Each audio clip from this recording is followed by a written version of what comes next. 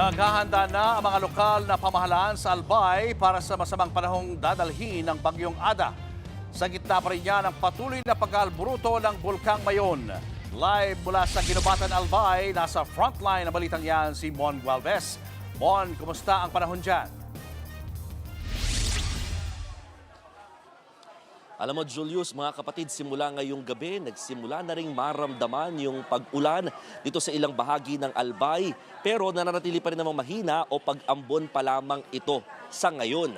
Pero sa kabila niyan, mahigit 2,000 residente na nga ang agad inilikas dito pa lamang sa bayan ng Ginbatan para nga sa paghanda sa posibilidad o pangaba ng pag-agos ng lahar sa kanilang lugar. Daling sinakay ang mga residente sa mga truck ng militar na umikot ngayong hapon sa barangay Masarawag. Bitbit nila ang iilang gamit na pwedeng madala habang mananatili muna sa evacuation center sa kasagsagan ng pagtama ng Bagyong Ada sa probinsya. Bukod dito, marami ring inilikas mula sa barangay Maninila. Kabilang ang 2 barangay na madalas dinaraanan ng lahar papunta sa kalapit ng mga ilog sa bayan ng Ginubatan. Agad namang naghanda ng panghapunan ang Alagang Kapatid Foundation para sa mga evacuees. 1 linggo na rin silang nag-iikot sa mga apektadong lugar dito sa Albay para mamigay ng mga N95 mask at maghatid ng mga masustansyang pagkain. Ang problema, nauna nang inanunsyo ng Pag-asa na magiging maulan itong Bagyong Ada. Nakataas pa nga rin ang signal number 1 sa ilang bahagi nitong Albay.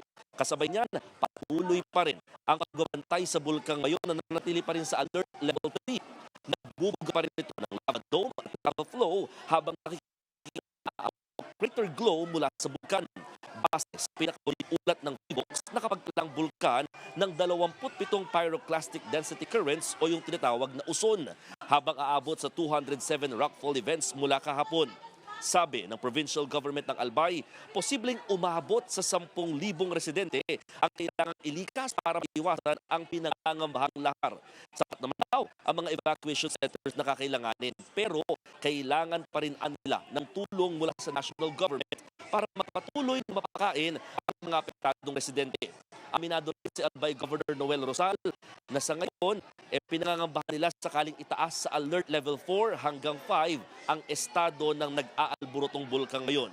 Yan ay lalo't mas lalawak kasi ang kailangan na nilang ilikas.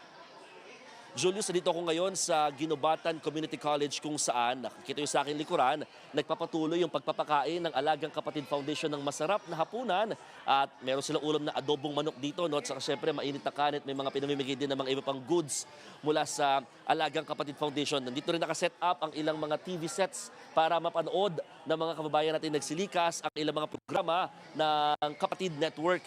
Dito sa Ginubatan Community College, talagang daladala nila yung mga ilang gamit lamang kasi they're expecting na lilikas at mag-stay lamang sila dito sa evacuation center ng 2 to 3 days sa kasagsagan lamang ng Bagyong Ada. Nasa extended 7 to 8 kilometer danger zone kasi yung kanilang mga tinitirhan, kaya hindi pa naman sila talaga required na magsilikas. Pero oras na iitaas sa alert level 4 at 5, itong mga residente ito hindi na magsisiuwian at mananatili na dito ng ilang buwan hanggang kumalma ang nag-aalboroto pa ring Bulkang Mayon. Julius. Maraming salamat, Mon Gualvez. Mga kapatid, Julius Babaw po.